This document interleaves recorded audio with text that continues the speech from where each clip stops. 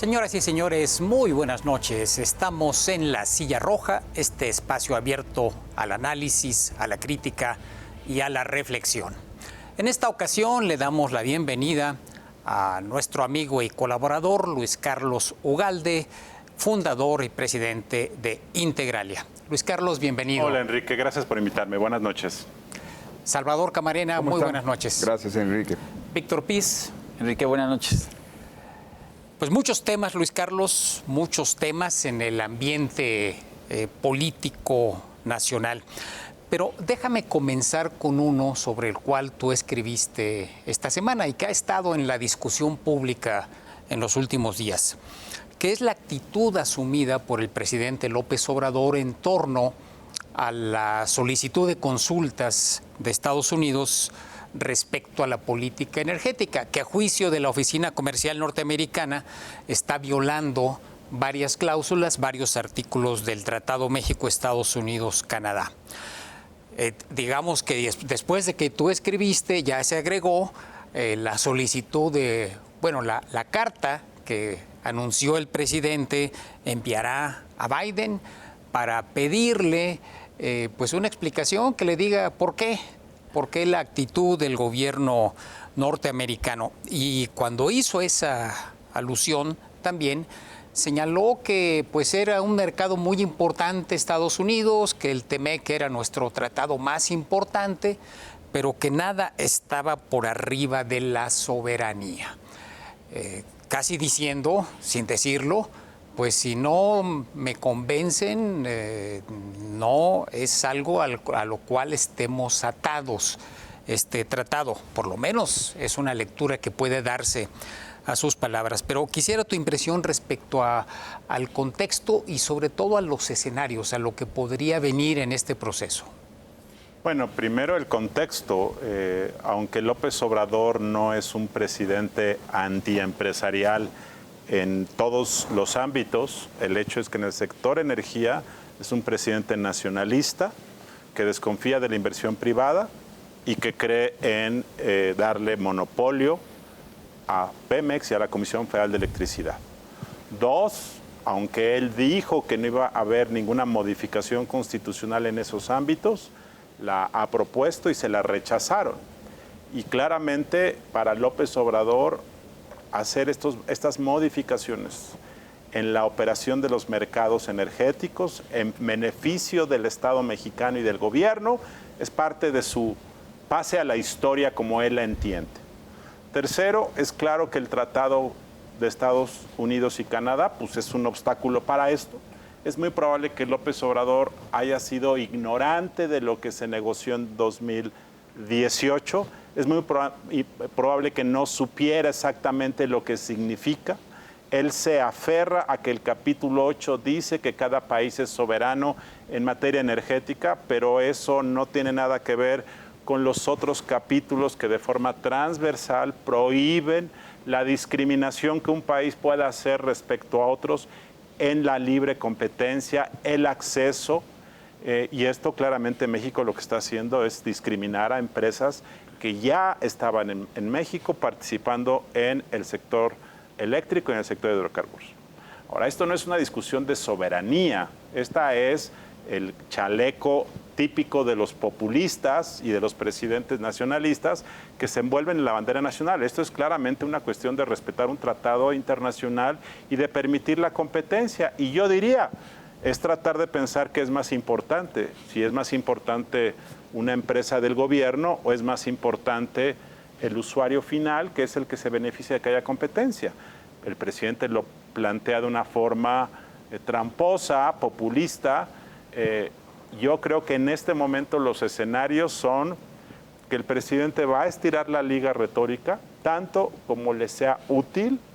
Creo que de forma astuta olió que la próxima fecha simbólica era el 16 de septiembre, en donde va a conjugar la celebración de la independencia, va a conjugar el militarismo de su gobierno, de tal forma que va a usar los símbolos de la bandera, el ejército y la soberanía nacional, y va a convocar al Zócalo seguramente a 600,000 personas, y en ese entorno va a anunciar que México va a defender su soberanía. No hay nada. ¿Cuánto tiempo va a estirar esto? Pues tiene para estirarlo al menos hasta que este panel de controversias concluya su trabajo, que seguramente será en el otoño de 2023. Entonces le da durante un año para... Yo no creo sinceramente que durante esta fase preliminar que está en marcha de las consultas vaya a haber el presidente recule y diga, no, sí me equivoqué, la verdad es que cambiemos la ley de la industria eléctrica, que la Comisión Reguladora de Energía empiece a dar los permisos que ha postergado. Yo no veo eso, sinceramente. Yo veo al presidente yéndose hasta 2023 y yo veo la posibilidad de que en realidad, una vez que el panel de controversias emita su fallo, seguramente será en contra del Estado mexicano y en ese momento clave, López Obrador puede decir, pues vamos a la guerra comercial, que básicamente es que le impongan tarifas y aranceles y cuotas a los productos mexicanos. Y yo tengo la impresión de que depende cómo esté el contexto nacional en ese momento, López Obrador, por supuesto, que puede amenazar con salirnos del TEMEC.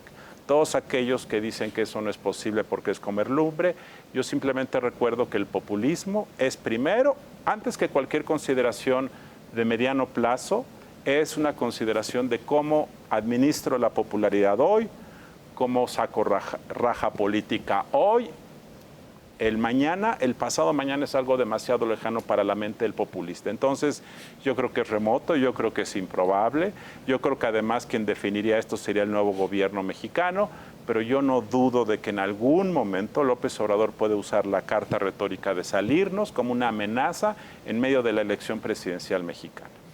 Hay quien dice que si nos atenemos a lo que ocurrió, ese no sería el comportamiento de López Obrador.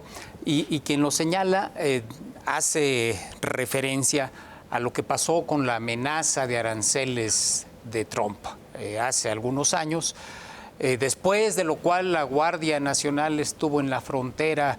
Hay quien piensa que ni siquiera vamos a llegar al panel, que López Obrador va a hacer algunos ajustes por allá a la política energética y que va a decir logramos negociar y sacar ventaja, no nos doblaron, pero que no va a llegar al enfrentamiento directo con el gobierno de Biden, como pasó en el sexenio anterior, en el periodo anterior con Trump. ¿Ves viable? Pues reitero, yo creo que la diferencia con Trump hace 2 años, hace 4 años, bueno, fue en 2019, sí. Es que la aplicación de tarifas era inmediata, es decir, Trump amenazó y dio un plazo de pocos días, recuerdo, sí. Y estaba frente a un personaje que es más populista que López Obrador. Y en ese momento, para López Obrador era muy barato poner la Guardia Nacional en la frontera sur, porque a lo mejor, además para los mexicanos, detener el flujo de centroamericanos es algo que es bien visto. Entonces López Obrador no quedaba mal con nadie. Pero aquí es diferente, porque aquí primero la imposición de tarifas falta 1 año y medio para que ocurriese. Entonces López Obrador puede jugar con la liga de la retórica. 2, puede ir administrando el tiempo.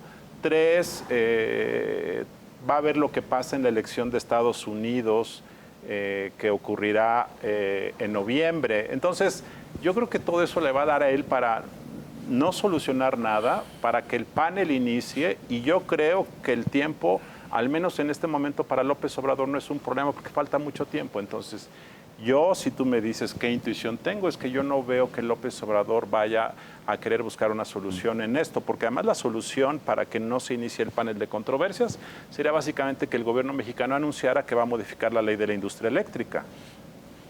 Yo no veo a López Obrador diciendo que va a modificar la ley de la industria eléctrica, ni tampoco, yo no veo eso en el horizonte, sinceramente. Salvador.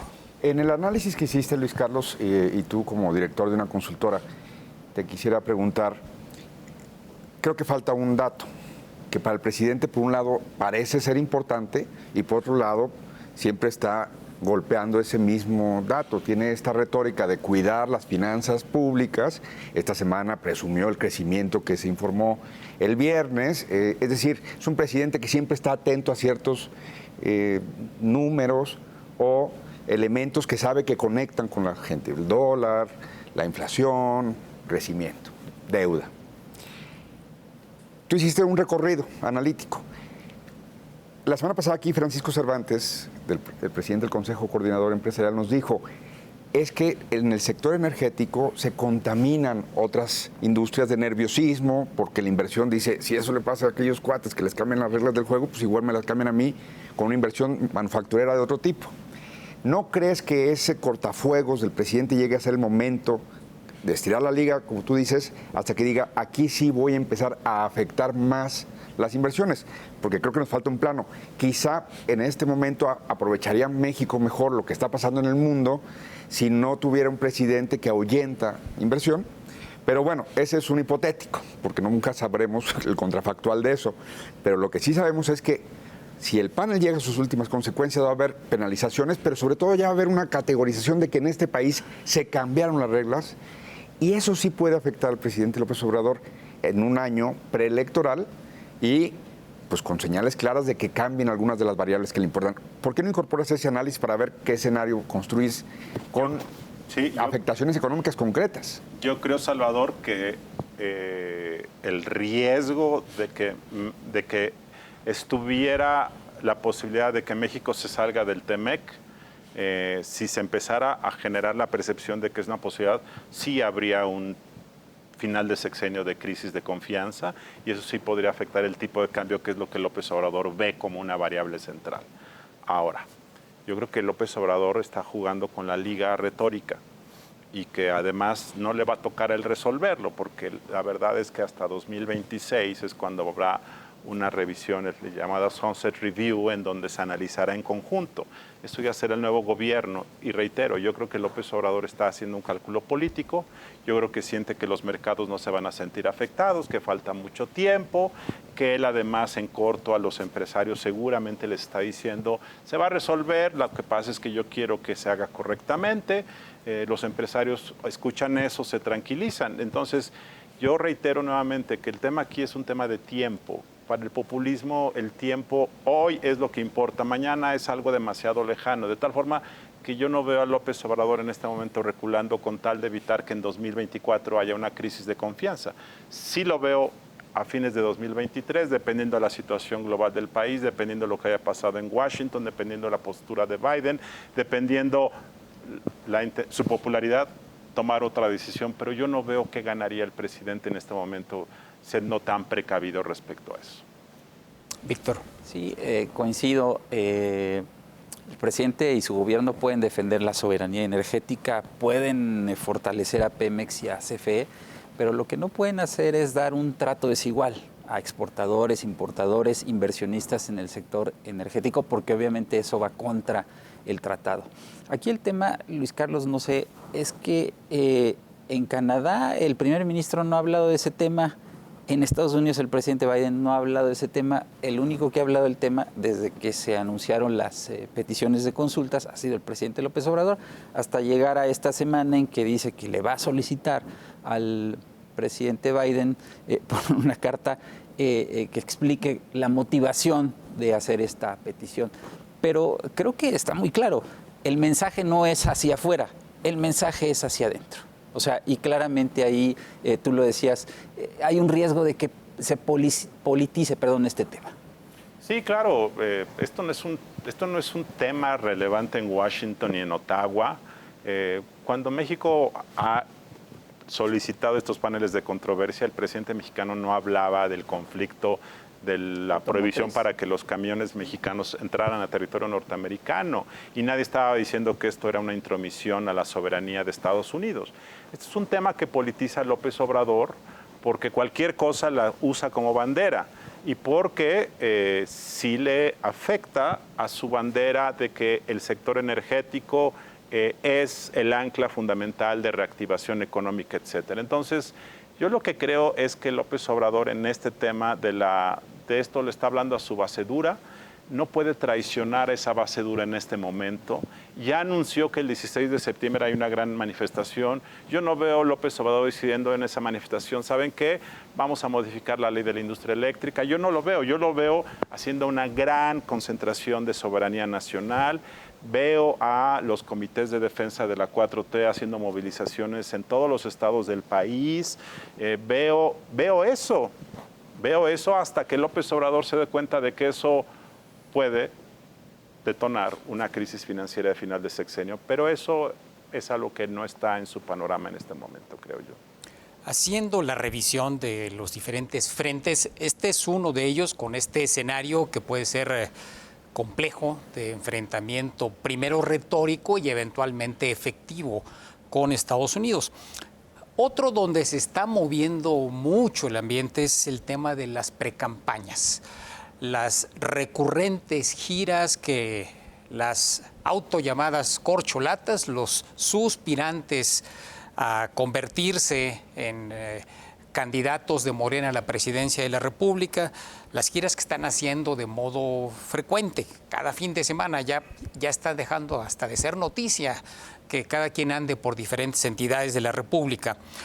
Tú escribías también que uno de los temas centrales en este asunto es el uso de los recursos públicos, pero hay manera de verificar cómo se están organizando. Mucha gente se pregunta, bueno, ¿y de dónde está saliendo el dinero para que Adán Augusto López, para que Claudia Sheinbaum, para que Marcelo Ebrard o hasta Ricardo Monreal estén presentes en diferentes entidades de la República? ¿Son sus comités de campaña? ¿Es su patrimonio personal? ¿Cómo ves, digamos, en general el cuadro que se está conformando con este destape adelantado, predestape adelantado que se dio? Yo lo veo muy peligroso porque vayamos de adelante hacia atrás. El gran riesgo que México enfrenta es que la elección presidencial de 2024 sea sumamente conflictiva y que haya un rechazo de alguna de las partes al resultado de la elección. Eso yo ya lo veo venir y aquí hay de dos. O quien rechaza es la oposición, lo cual es una mala noticia, o quien rechaza es el presidente y Morena, que es una peor noticia, porque están en el poder. Entonces yo ya veo venir, y lo digo porque lo que está ocurriendo con los precandidatos de Morena es que lo único que están gestando es una suerte de violaciones diversas a la legislación, ya hay impugnaciones, ya hay fallos del tribunal, y si esto continúa, lo único que va a llegar es que cuando la elección sea validada, en caso de que Morena gane esa elección presidencial, entonces toda la oposición va a rechazar el resultado y van a platicar la historia que está ocurriendo ahora como parte de este proceso manipulado, tergiversado. Entonces, y la otra cosa que yo veo es que noto en el gobierno y en los precandidatos ya una actitud de desafío, de desacato, de no me importa. Si eso está ocurriendo en 2022, me preocupan dos cosas. Uno es cómo vamos a llegar a 2024. La autoridad electoral puede ser rebasada por un desacato generalizado. En este país hay desacatos, digamos, por debajo de la mesa, hay cinismo, simulación, pero yo nunca he visto que el presidente y el partido oficial abiertamente digan no me importa, no tienen razón. Esa es un poco la actitud en la que están. Entonces,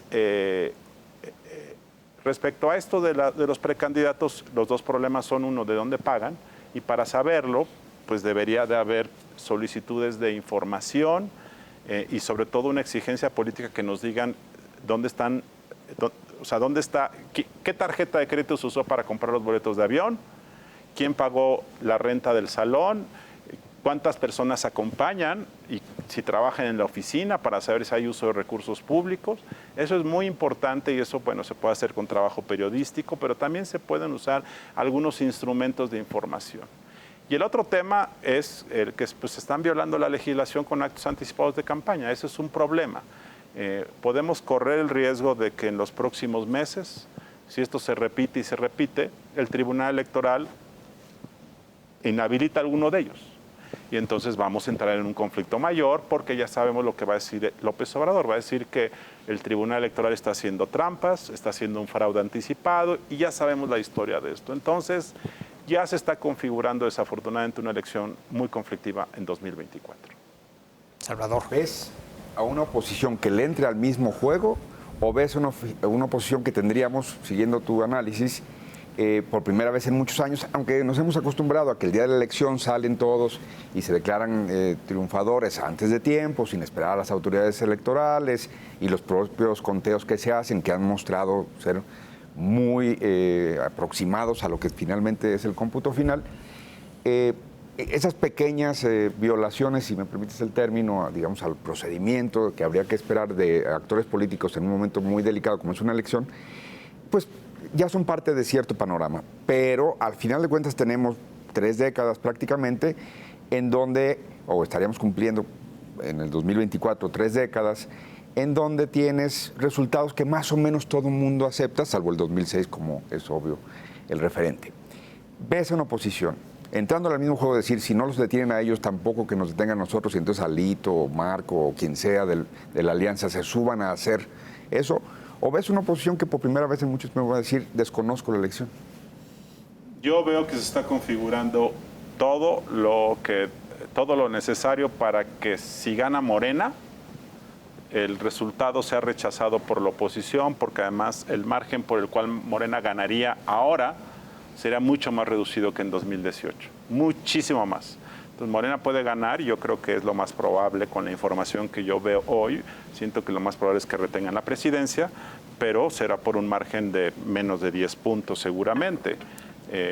Entonces, por todo lo que está ocurriendo ahora y que yo creo que va a ocurrir, políticamente hablando, la oposición va a estar incapacitada, imposibilitada de felicitar al ganador, porque López Obrador va a adoptar una actitud mucho más rijosa, mucho más polarizante, mucho más burlona, mucho más denostativa de la oposición. Entonces va a ser imposible que la elección de 2024 sea como una suerte de asunto de pacificar políticamente la retórica del país. Yo no lo veo. Ahora, si gana la oposición, lo cual es improbable, pero puede volverse muy competida la elección, yo veo que López Obrador rechazaría el resultado de la elección. La única manera que yo veo que habría aceptación por parte del gobierno es que la oposición ganara por más de 10 puntos, lo cual yo lo veo muy complicado que ocurriese. Y cuando dices rechazaría, dices, ¿tomaría acciones a partir de ese rechazo? Pues diría que hubo un fraude orquestado por el INE, que él ha dicho desde hace muchos años que el INE hace fraudes, que él propuso una reforma electoral en 2022 que le rechazaron porque se estaban poniendo de acuerdo la mafia del poder para evitar democratizar a las instituciones electorales. Diría que los empresarios, diría que esto, y yo creo que rechazarán los resultados. Y aquí la pregunta es si ese rechazo de los resultados electorales se haría a través de una impugnación jurídica o si políticamente hablando habría movilizaciones por parte de Morena y esto llevaría a una crisis constitucional y política. No lo sé, eso sí no lo sé. ¿Un 6 de enero a la mexicana? No lo sé, Enrique, pero la verdad a mí me cuesta trabajo pensar que un gobierno que no solamente es gobierno, sino que se asume como una transformación histórica, pudiera aceptar en su momento que otro partido le ganó la historia, le ganó su legado, le ganó la transformación que argumentan. Yo lo veo casi imposible de que eso se materialice. Entonces, sí veo que se están gestando los elementos para que de uno o del otro lado pueda haber un rechazo al resultado electoral, lo cual me parece que es muy preocupante. Víctor. En este escenario de elección complicada, decías antes que hay un riesgo de que la autoridad electoral se vea rebasada.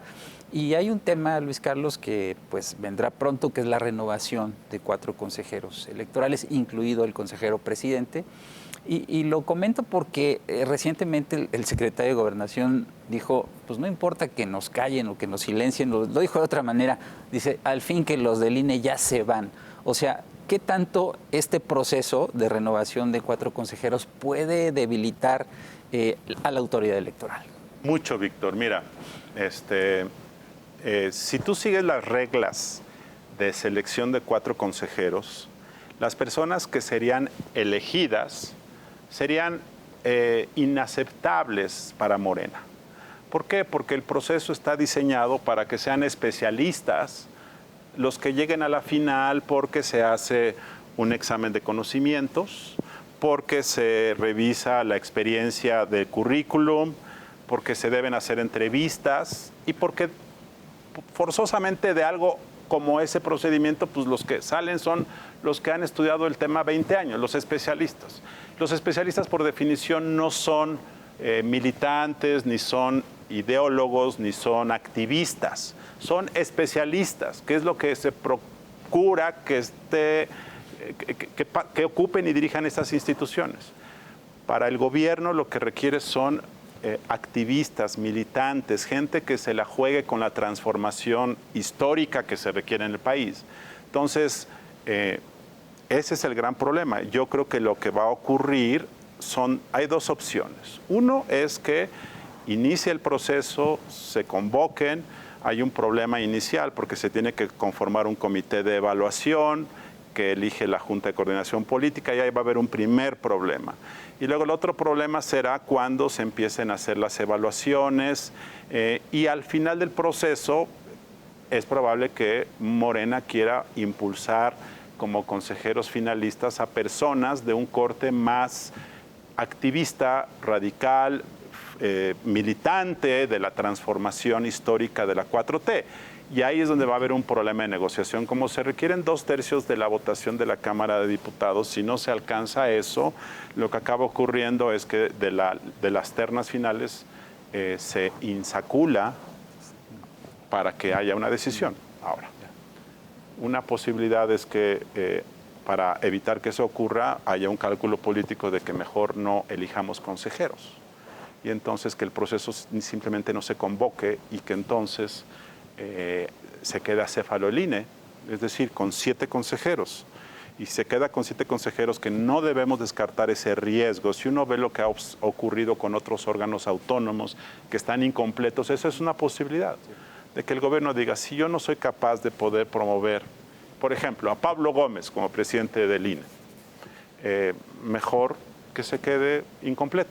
Y entonces entre los 7 consejeros tendrán que elegir a un presidente o presidenta y estaría funcionando. De cualquier manera, creo que la selección de los consejeros, haya o no resultado final, va a ser muy conflictivo y otra vez va a haber mucha estridencia y mucho ruido interno. ¿Y debilitamiento del instituto? Sí, creo que va a haber debilitamiento. Yo solo quiero comentarles que en 2020 se eligió a 4 consejeros con el voto de Morena. De hecho, Morena tuvo mano en decidir de todos los finalistas quiénes eran los que eran más aceptables para ellos. Hubo un voto unánime y a pesar de eso, nada más quiero que recordemos que no paró la crítica del presidente a el INE, ni de Morena. Morena ayudó, validó 4 consejeros, sin embargo no se ha detenido la crítica al instituto. Algo ibas a agregar, Salvador.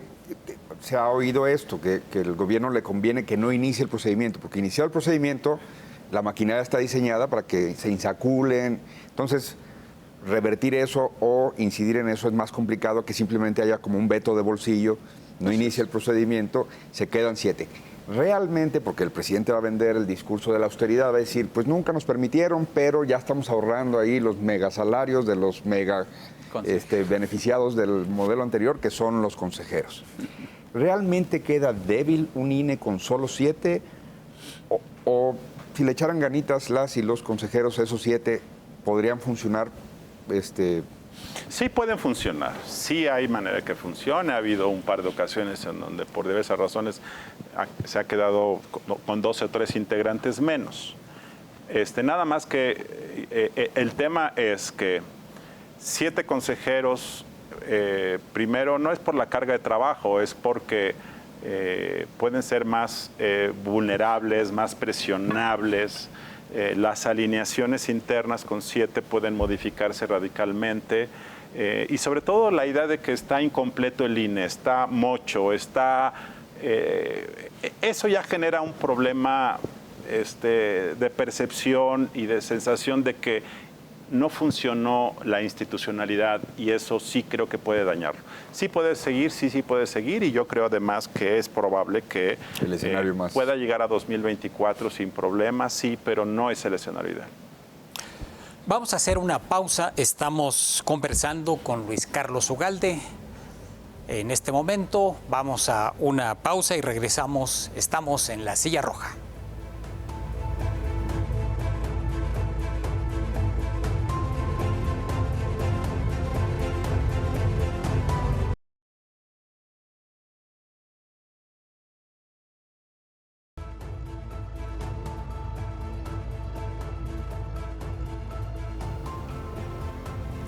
En esta revisión que estamos haciendo, Luis Carlos, de diferentes aspectos del panorama político nacional, además de la sucesión de línea, hay otro que está relativamente cercano. Son las elecciones en dos entidades de la República, en el Estado de México, que es la entidad con el mayor padrón en el país, y Coahuila. Ambas, por cierto, las que no han tenido jamás alternancia. Bueno, en los tiempos modernos, desde que el PRI existía. ¿Cómo ves el panorama? Este escenario de conflictividad que estamos proyectando hacia el futuro, ¿ya lo ves haciéndose presente en estos procesos electorales locales? Bueno, en estas dos entidades, Morena nuevamente va a elegir a su candidato, le van a llamar coordinador estatal de la defensa de la Cuarta Transformación, para no violar abiertamente la ley, pero en el Estado de México lo van a anunciar en los próximos días y en Coahuila seguramente en agosto. Entonces, ahí empiezan ya los problemas. Ahora estas dos personas designadas pueden dedicarse a recorrer el Estado en reuniones privadas y eso es perfectamente legal y no genera problema. El problema es que empiecen a hacer eventos públicos, empiecen a contratar espectaculares. Por cierto, si alguno de ustedes se da una vuelta por las carreteras o las zonas del Estado de México, no lo he hecho en Coahuila, está tapizado de anuncios de precandidatos de Morena, del PRI y del PAN. Entonces, ahí hay una violación de todos. Pero bueno, este es el primer problema. En el caso de Coahuila, pues va a ser una elección muy competida. Ahí el gobernador del PRI es un gobernador popular que tiene control político y tiene un precandidato que es muy popular, que es el secretario de Desarrollo Social, Manolo Jiménez, creo que es su nombre, y Morena está viendo a quién de sus precandidatos nomina. Entonces va a ser una elección muy competida donde creo que el PRI puede volver a ganar. En el Estado de México, pues el PRI se recuperó en 2021 después de que en 2018 había sido vencido fuertemente por Morena. Entonces ahí pues la elección también va a ser muy competida. Todos piensan que la decisión depende realmente si el gobernador del PRI va a dar la batalla o va a haber una rendición anticipada. Pero bueno, yo creo que las dos elecciones van a ser competidas, sin duda van a ser competidas y puede haber conflictividad sin duda. En el caso de la decisión de quién es el candidato o candidata, digamos, se ha propuesto al Consejo General del INE que haya equidad, es decir, que si hay un candidato en Coahuila, tenga que ser mujer la candidata en el Estado de México. ¿Cómo ves que esto influya en las nominaciones? Bueno, en el caso tiene que ser hombre y mujer, son dos entidades. Entiendo que políticamente ya está un poco solucionado porque en el caso del Estado de México, la candidata de Morena va a ser la secretaria de Educación Pública, mujer, y hasta donde se entiende, las principales personas que pueden ser candidatas del PRI son dos mujeres. El problema nada más es Enrique Vargas, que es el presidente del Congreso local, que quiere ser el candidato de la alianza. Da la sensación de que si hay coalición, que habrá que ver, coalición PRI-PAN, quien llevaría mano es el PRI, porque es el gobierno del Estado, tiene más votos, en fin.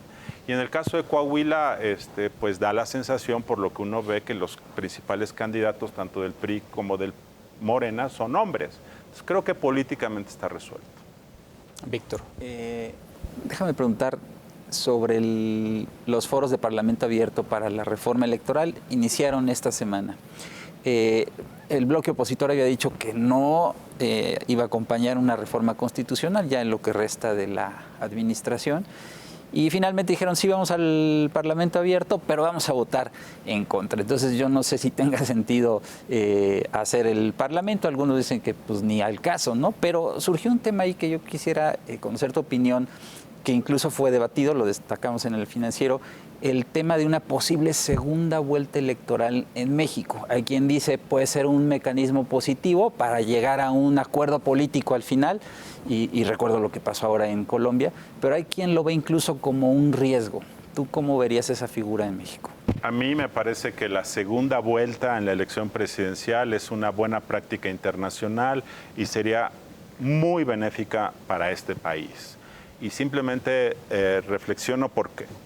Porque el voto estratégico, digamos, está el voto genuino de corazón, que es, a mí me gusta mucho Pepe y yo quiero votar por Pepe aunque quede en 10º lugar.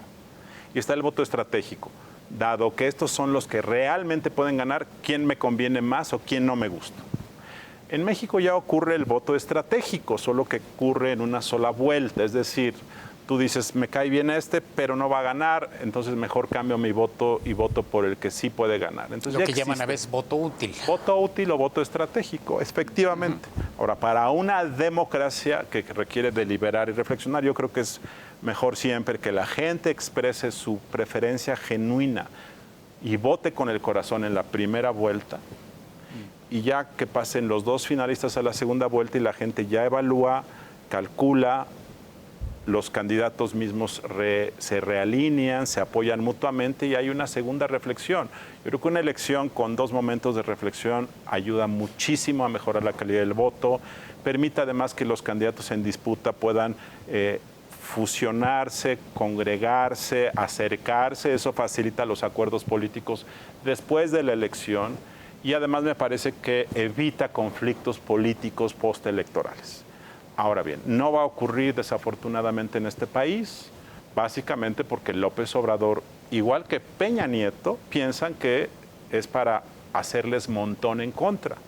Y esta idea que dice López Obrador, puta, si hay segunda vuelta, sí, efectivamente, ahora, o sea, este tema que está sobre la mesa hoy de que Movimiento Ciudadano, PRI, PAN, PRD deben ir juntos, y no van a ir juntos porque cada uno trae su visión de qué deben hacer, pues eso se solucionará con una segunda vuelta. Entonces el gobierno no lo va a aceptar. El mismo argumento dijo Peña Nieto hace 6 o 7 años. La segunda vuelta no nos conviene, entonces no la va a haber desafortunadamente en esta ocasión. Es muy lamentable, pero esas son las cosas. Y yo también creo, Víctor, que no va a haber reforma electoral, ninguna. Probablemente el gobierno quiera someter a votación la propuesta de López Obrador, pero será rechazada como fue rechazada la propuesta de reforma energética, de tal forma que estos foros que se están llevando a cabo van a servir pues para debatir el modelo electoral. Para debatir, para criticar al INE, para hacer propaganda, para que Claudia Sheinbaum vaya a dar conferencias sobre la reforma electoral a todo el país y lo use como un instrumento de campaña. Lo hizo en Acapulco hace 1 o 2 fines de semana, entonces para eso va a ser. Salvador. En ese sentido te preguntaría tajantemente. Tú llamaste en contra de participar en el ejercicio de revocación. Lo hiciste en las páginas del Financiero, en distintos foros también lo expresaste. Dirías, no vayan a discutir una reforma electoral que, para empezar, el Parlamento abierto no es en serio, es un montaje. Estoy diciendo si estarías de acuerdo con eso, porque no va a ser más que hacer el caldo gordo, como se dice coloquialmente, a una estrategia del régimen para tener un argumento luego para golpear a las instituciones electorales y además para hacer proselitismo. Yo creo que deberían de participar quienes quieran. Yo creo que ir y dar un punto de vista y decirlo vale la pena. Por cierto, en la propuesta de López Obrador creo que hay algunas cosas positivas. No todo es negativo. Hay algunas cosas muy negativas, pero hay 2 o 3 cosas positivas. Entonces vale la pena discutirlo, aunque después la oposición vote en contra. Me parece que yo creo que vale la pena hacerlo. En este panorama hemos hablado poco de la oposición, de la posibilidad de la alianza PRI-PAN-PRD y que postule a un candidato a la presidencia. Y uno de los temas que están desde hace semanas sobre la mesa es el PRI y particularmente el rol de su presidente, de Alejandro Moreno, Alito.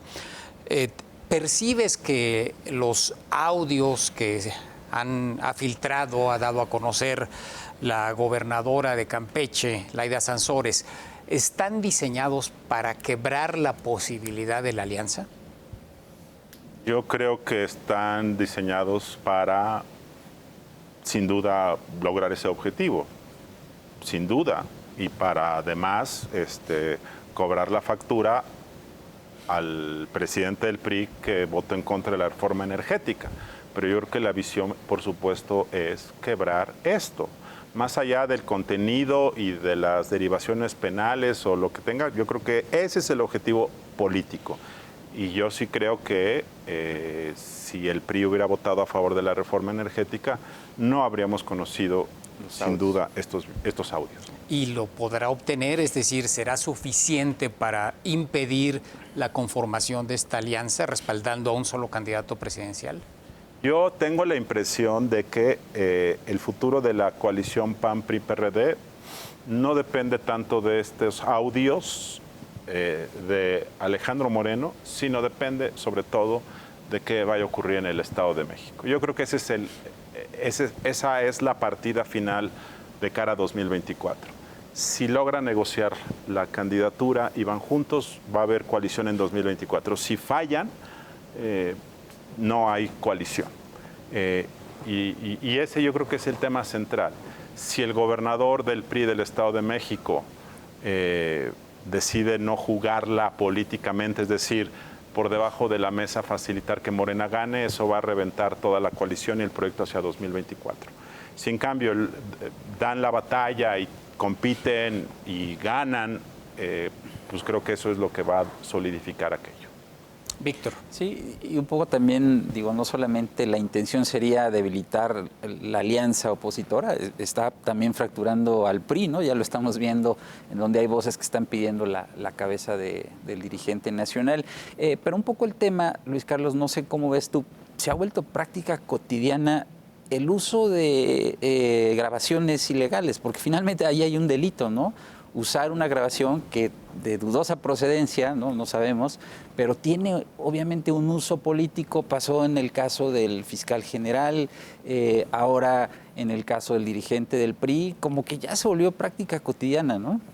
Sin duda, Víctor, creo que este es uno de los grandes retrocesos de esta administración. Digo, no es nuevo, traíamos un déficit de décadas de un sistema de procuración de justicia corrompido, políticamente usable, por presiones, pero mucha gente pensó que este gobierno iba a cambiar eso, y lo que este gobierno ha hecho es agudizarlo más, hacerlo más evidente, además olvidar presupuestariamente a la Fiscalía General de la República, que requería una inversión política y de recursos para que realmente fuera un nuevo instrumento de pacificación, porque la justicia lo que te genera es pacificación de las sociedades, y lo que ha ocurrido es más politización, más uso selectivo de la justicia, etcétera, etcétera. Entonces, pues sí, es un drama lo que estamos viendo, sin duda. Filtración de audios, filtración de videos, filtración de documentos, que es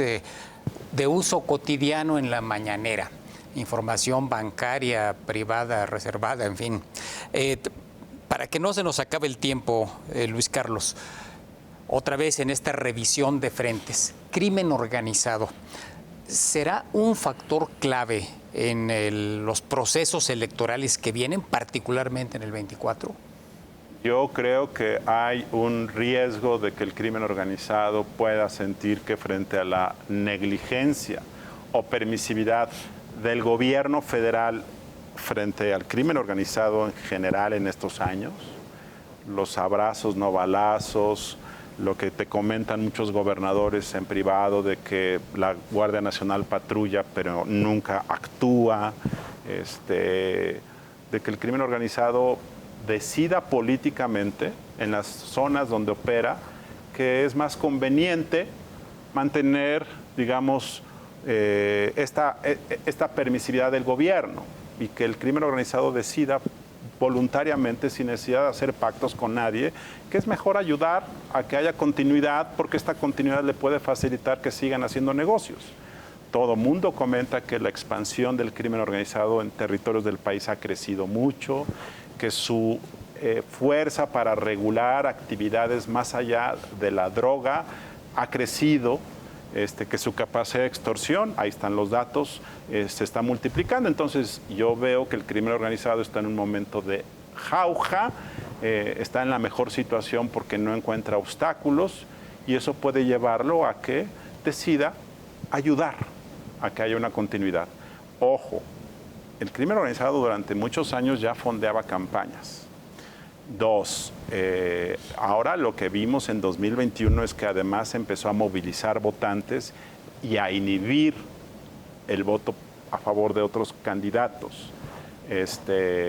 Entonces, y además tienen una base social de apoyo en muchas regiones del país. Entonces, ¿pueden ayudar? Sí, sí pueden ayudar sin duda y ese es un gran riesgo de 2024. Nos quedan pocos minutos, Salvador. En ese mismo sentido, si se llega a decir comúnmente que el Estado de México es un laboratorio de lo que puede pasar en una elección presidencial, y aunque aquí ya hemos comentado como en este juego de buscarle interpretaciones, qué va a ser la alianza, qué va a ser Morena, en cuanto a calidad democrática, si es un laboratorio, el 2023, Estado de México, ¿en qué te fijarías para decir, muy bien, lo que hagan los partidos es una cosa, pero cómo se comporten nos puede indicar qué cosas de la democracia mexicana? ¿Qué estarías observando? ¿Qué cosas de la democracia mexicana se deben cambiar? No, ¿qué cosas te preocuparía que se consolidaran como tendencias en la elección de 2023? Pues yo creo que lo que hay que ver en 2023 es el tema del clientelismo, el clientelismo que puede usar el gobierno de sus programas sociales, la movilización. Ese tema es un tema muy importante. Dos, en Coahuila el tema del crimen organizado está controlado porque el gobernador, una de las cosas por las cuales tiene una buena aceptación es que el tema del crimen y la violencia se ha reducido. Pero en el Estado de México hay zonas complicadas, sobre todo las que colindan con Michoacán, que habrá que ver qué pasa ahí. Tres, habrá que ver cómo se comportan los gobernadores, que en este caso son del PRI. Y cuarto, el activismo de López Obrador. Pero yo creo que desde el punto de vista del gobierno, básicamente lo que hay que ver es el clientelismo de los programas sociales, y desde el punto de vista de los gobernadores que son del PRI, hay que ver si inyectan y cuánto, si inyectan recursos como anteriormente se hacía.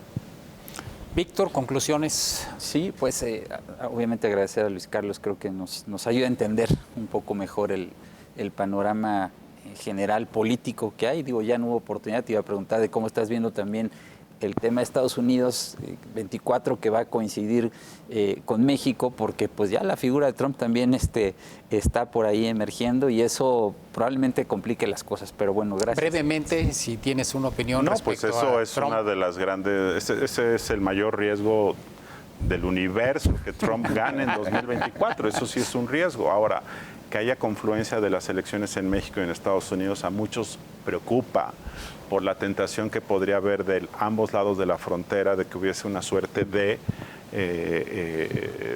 vinculación, apoyo mutuo, informal. Eso es muy preocupante el tema de Trump, sin duda. Gracias. No, pues gracias, Ricardo. Salvador. No, agradecerte, Luis Carlos. Creo que hay que discutir más sobre la calidad de la democracia. A veces discutimos sobre la grilla partidista, dando por sentado que lo que se ha construido en décadas por los mexicanos y las mexicanas ya está ahí y va a ser una garantía, cuando siempre puede estar bajo acoso por distintos factores. Así es. Brevemente, Integralia asesora a empresas, gobiernos estatales, etcétera. ¿Hay preocupación, Luis Carlos? ¿Ven las cosas? ¿Te hacen caso cuando adviertes esto que ahora, esta noche, nos has conversado? ¿O te dicen, estás exagerando? No, sí hay una preocupación. Yo creo que, el riesgo político en México nunca había estado tan alto y además es claro que esto va a seguir durante muchos años. Incluso yo creo que el riesgo político mayor en este momento, país, podría ser la posibilidad de que la oposición gane la presidencia en 2024. No por lo que vayan a hacer, sino por las condiciones de ingobernabilidad en la cual actuaría ese gobierno. Entonces, gane quien gane, Porque hay mucha gente que piensa, si llega un neoliberal otra vez, las cosas van a funcionar. No. Este país ya está en una situación de cambio y cualquiera que asuma la presidencia va a ser en un entorno de alto riesgo. Ahora, el tema nada más, López Obrador inició su gobierno en condiciones bastante óptimas, le ha ido bien como presidente, pero en los próximos 2 años va a empezar a enfrentar adversidades.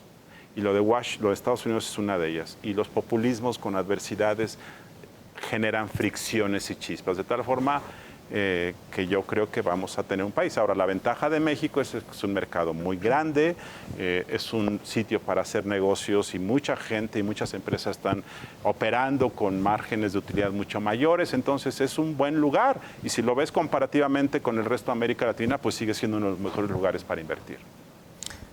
Pues no me queda sino agradecerte, Luis Carlos, por ayudarnos a entender este cuadro complejo y que se va a hacer todavía más complejo. Así es que muchas gracias por haber estado con nosotros esta noche. Víctor, muchas gracias. Gracias, Enrique. Buenas noches a todos. Salvador. Enrique, Víctor, Luis, gracias. Y muchas gracias sobre todo a usted que nos ha sintonizado. Lo invitamos hasta la próxima edición de La Silla Roja. Quédese aquí en la programación del Financiero Bloomberg. Muy buenas noches.